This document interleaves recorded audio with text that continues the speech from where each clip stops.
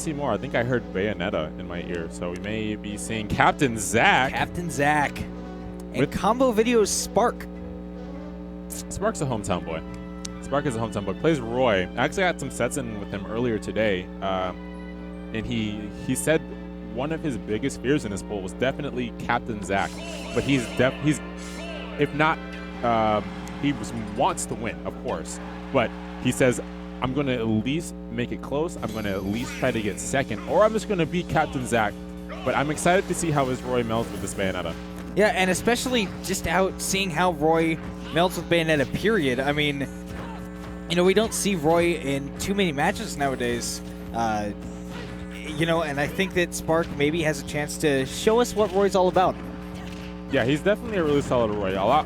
Very read-based. He likes to learn his opponent. So this first stock's going to be, I'm learning how this Bayonetta plays, because who hasn't played Bayonetta at this point? Yeah, exactly. So I want to learn how CaptainZack plays, and to see big moment for CaptainZack, though. Ooh, but SparK, very smart to DI down on that so that he would be able to connect that last up B. On the ledge, able to get back.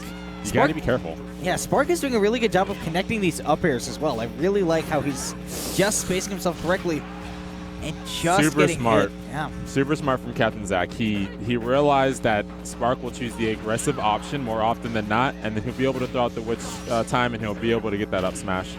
Now in a lead, but if SparK plays this right, he can get that stock. That up air won't get it just yet, though. Very close, however, and I think one forward tilt at the ledge will do it. He's reaching really hard with that up B. Yeah, I think that, he just really wants to get the stock off. Oh, forward nice. Smash will do it. Forward smash will do it. See, CaptainZack was expecting the up B again, so he threw out the witch time. This time, SparK waiting and being able to punish with that forward smash. That might actually be it. The jump's gone. Very smart edge guard for CaptainZack.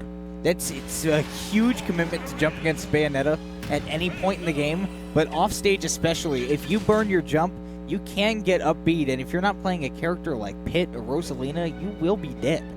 Yeah, I definitely agree that SparK needs to be a bit more careful off the ledge. He needs to keep his jump.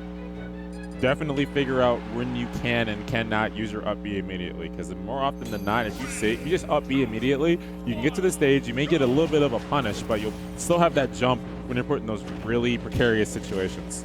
And I think that he does need to pay a little bit more mind to the fact that, you know, while the edge of Roy's sword is not very powerful at all, he does need to keep in mind a little bit more that he is playing a character with a disjoint, and whether or not it's strong, he does still have a disjoint, so he can keep CaptainZack out and get a little bit of damage in.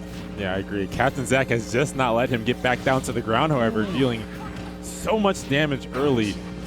And then that witch time's going to be big. It's going to... What a combo. Down air into the up smash. CaptainZack did the maximum damage he needed to take that stock.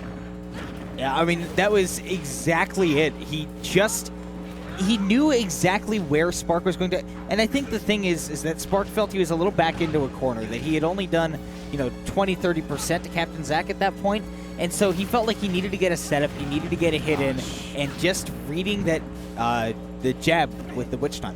He needs to be careful. SparK has been punished so many times by the heel slide onto the stage. He needs to respect that option and start finding out ways to get around it and punish it, because he's just let himself be hit like 3 times already this set, and it has been so much damage each time it connects. Yeah, he's also overcommitting now, I think. He's just getting in a little bit too hard on these grab edge guard attempt once again. This could be big.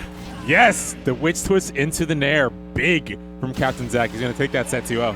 And SparK did adapt there. He didn't burn his jump immediately, knowing that the witch twist was probably coming, but CaptainZack, seeing that, just went up there with that nair to kill. Yeah, super smart from him.